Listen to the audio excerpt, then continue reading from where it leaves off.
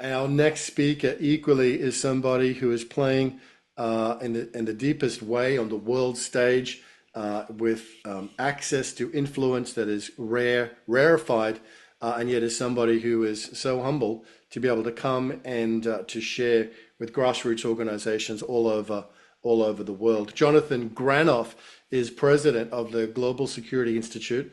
He's a leading advocate for international law and nuclear disarmament. An attorney and author, he works globally to strengthen the rule of law and advance ethical approaches to human security. Jonathan, brother, as always, it's an honor and a privilege. Thank you for being with us and welcome to the symposium. Thank you. Well, Audrey laid the high vision. I might sort of go more along the bottom line. I usually admonish everybody to go high. A little over a decade ago, I was asked to advise the Civic Chamber in Russia. The Civic Chamber is a part of the Duma, the legislative body. And they explained to me that any organization in Russia has to get a license from them. And like if you want to set a bowling league or a religion or a political party, you need to get a license from them. And they asked me, how do you ensure in America, they said they'd studied America's civil society and the civil society of the West. And they asked me, how do you ensure that civil society is of benefit to the security of the state? And I thought for that for like a minute of silence. And then I said, I have no idea. But I could tell you a lot about how we ensure that the state is of benefit to civil society. Because in democracies, rather than authoritarian regimes, the state is the employee. Its legitimacy comes from civil society. In authoritarian regimes, the equation's the other way around. Everything is a license. There are no inherent rights in the people. They have licenses. You don't own property. You don't have rights of freedom of speech or religion. They may have it in some documents, but in fact, the question is, how can everyone serve the state? Right now, when you think about it, the institution of the state is fairly new. It was created by civil society advocates in the 17th century to stop Protestants and Catholics from slaughtering each other over whose definition of Jesus' love was better. They had to be separated. And so the modern state was created by civil society advocates that said we have a problem that the political institutions of the time were being very destructive of human life. The other institution that is most influential that we're dealing with is the multinational corporation, the limited liability corporation. Again, a very recent institution that was created to create the movement of capital and energy to produce wealth so people could have freedom and independence. These were created by people. The human family is not created by people. The human family is one, and it is a reality. Pandemics do not carry passports.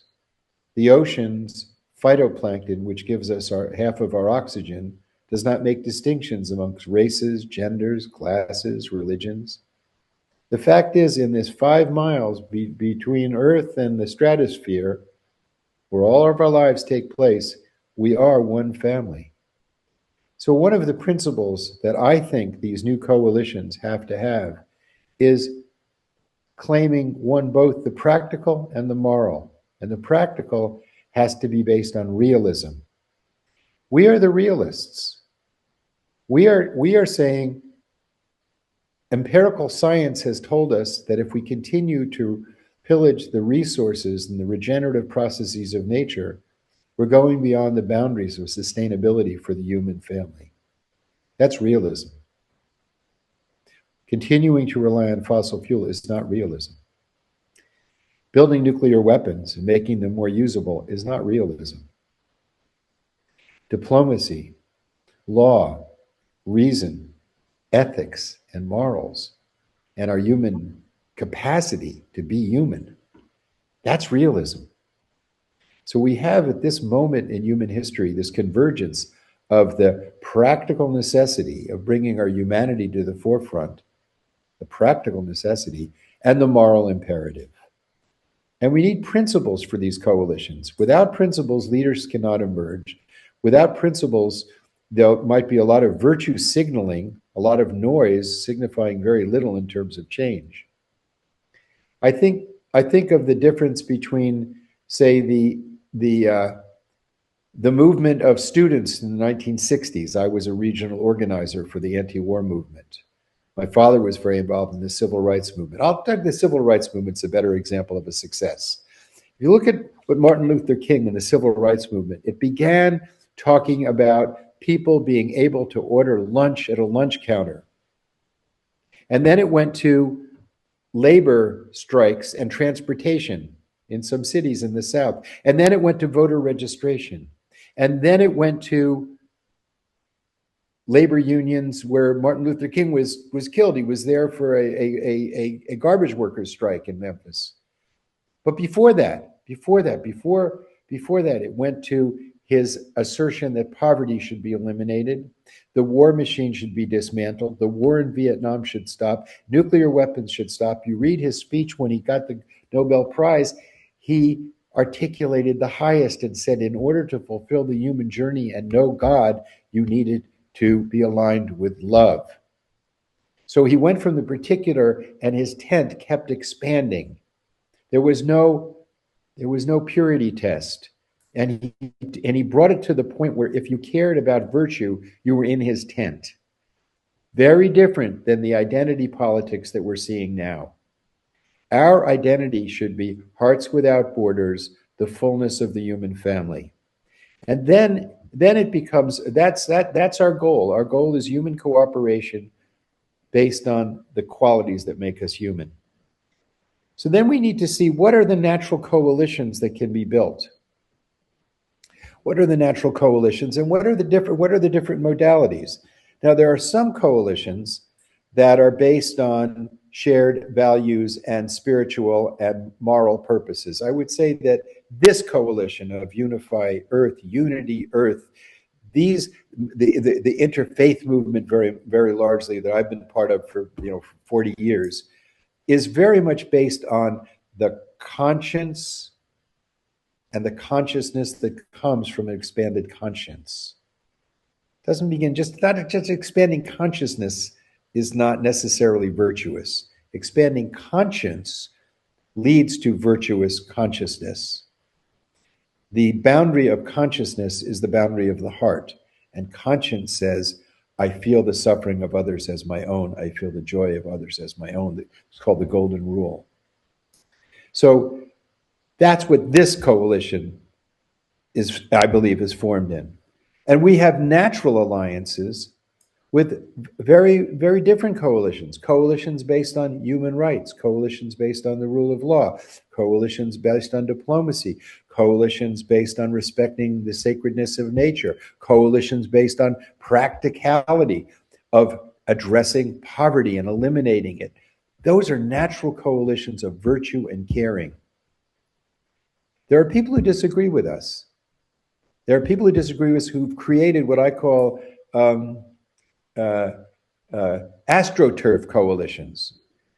If you are in the United States anyway, if you are against abortion, and I'm not taking a position, I'm just describing something. If you're against abortion, you are going to be for the most part, more money for prisons, more money for the military, less money for schools, more money to weaponize space, and less caring for the poor.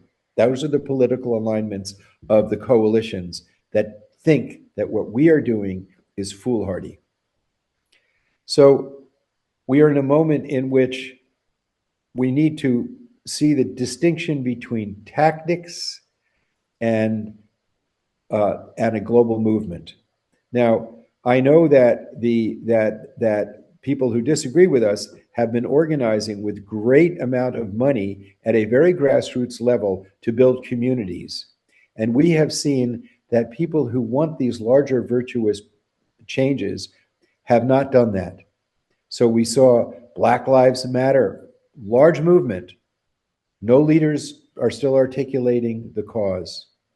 We saw the Me Too movement, again, a large movement, but the local sewing clubs across the world, the local book clubs, they're not organized, and local leadership is not organized. The people who want to create an authoritarian regime in the United States and all around the world, they have been organizing at a very, very local level and very effectively. We have got to start organizing at multi-level organizing with a very big tent approach, because the alliances that we're talking about are natural and they're based on virtue. So let me give an example of the kind of thinking. We need critical thinking to achieve the practical application of wisdom.